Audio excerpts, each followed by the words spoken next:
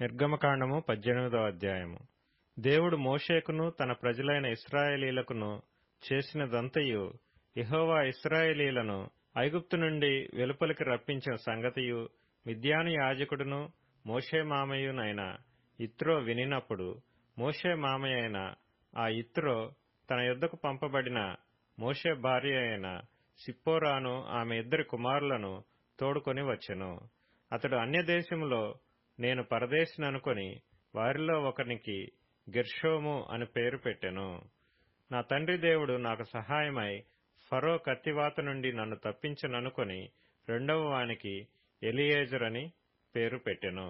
మోషే మామయ్య అయిన యిత్రో తన కుమారులనిద్దరిని అతని భార్యను తోడుకొని అరణ్యములో దేవుని పర్వతము దగ్గర దిగిన మోషే యొద్దకు వచ్చెను. యిత్రో అను నీ మామనైన నేనును నీ భార్యయు ఆమెతో కూడా ఆమె ఇద్దరు కుమారులను నీ యొద్దకు వచ్చియున్నామని మోషేకు వర్తమానము పంపగా, మోషే తన మామను ఎదుర్కొనపోయి వందనము చేసి అతని ముద్దు పెట్టుకొనెను. వారు ఒకరి క్షేమము ఒకరు తెలుసుకొని గుడారములోనికి వచ్చిరి. తరువాత మోషే యెహోవా ఇశ్రాయేలీల కొరకు ఫరోకును ఐగుప్తీయులకును చేసినదంతయు, త్రోవలో తమకు వచ్చిన కష్టము యావత్తును యెహోవా తమను విడిపించిన సంగతియు తన మామతో వివరించి చెప్పెను. యెహోవా ఐగుప్తీయుల చేతిలో నుండి విడిపించి ఇశ్రాయేలీలకు చేసిన మేలంతటిని గూర్చి యిత్రో సంతోషించెను.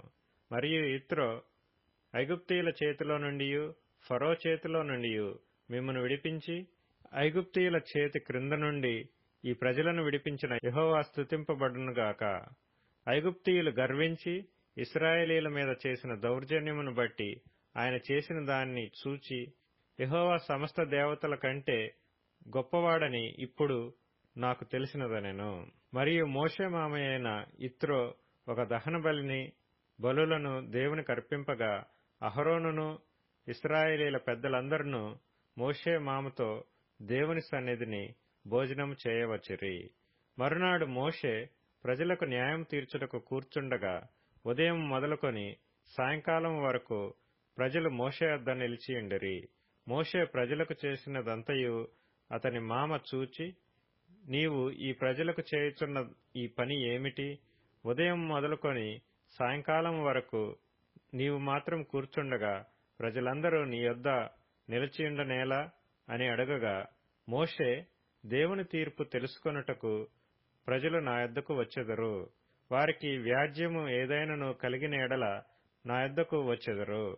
నేను వారి విషయము న్యాయము తీర్చి దేవుని కట్టడలను ఆయన ధర్మశాస్త్ర విధులను వారికి తెలుపుచున్నానని తన మామతో చెప్పెను. అందుకు మోషే మామ అతనితో, నీవు చేయుచున్న పని మంచిది కాదు. నీవును నీతోనున్న ఈ ప్రజలను నిశ్చయముగా నలిగిపోవుదురు. ఈ పని నీకు మిక్కిలి భారము. అది నీవు ఒక్కడవే చేయచాలవు. కాబట్టి నా మాట వినుము. నేను నీకొక ఆలోచన చెప్పెదను. దేవుడు నీకు తోడైయుండును. ప్రజల పక్షమున నీవు దేవుని సముఖమందు ఉండి వారి వ్యాజ్యములను దేవుని యొద్దకు తేవలెను. నీవు వారికి ఆయన కట్టడలను ధర్మశాస్త్ర విధులను బోధించి, వారు నడవవలసిన త్రోవను, వారు చేయవలసిన కార్యములను వారికి తెలుపవలెను. మరియు నీవు ప్రజలందరిలో సామర్థ్యము, దైవభక్తి, సత్యాసక్తి కలిగి లంచగొండులు కాని మనుషులను ఏర్పరచుకొని 1000 మందికి ఒకనిగాను, 100 మందికి ఒకనిగాను, 50 మందికి ఒకనిగాను, 10 మందికి ఒకనిగాను వారి మీద న్యాయాధిపతులను నియమింపవలెను. వారు ఎల్లప్పుడూ ప్రజలకు న్యాయము తీర్చవలెను. అయితే గొప్ప వ్యాజ్యములన్నిటినీ నీ యొద్దకు తేవలెను. ప్రతి అల్ప విషయమును వారే తీర్చవచ్చును. అట్లు వారు నీతో కూడా ఈ భారమును మోసిన ఎడల నీకు సులువుగా ఉండును. దేవుడు ఇలాగు చేయుటకు నీకు సెలవిచ్చిన ఎడల నీవు ఈ పని చేయుచు దాని భారమును సహింపగలవు. మరియు ఈ ప్రజలందరూ తమ తమ చోట్లకు సమాధానముగా వెళ్ళుదురని చెప్పెను. మోషే తన మామ మాట విని అతడు చెప్పినదంతయు చేసెను.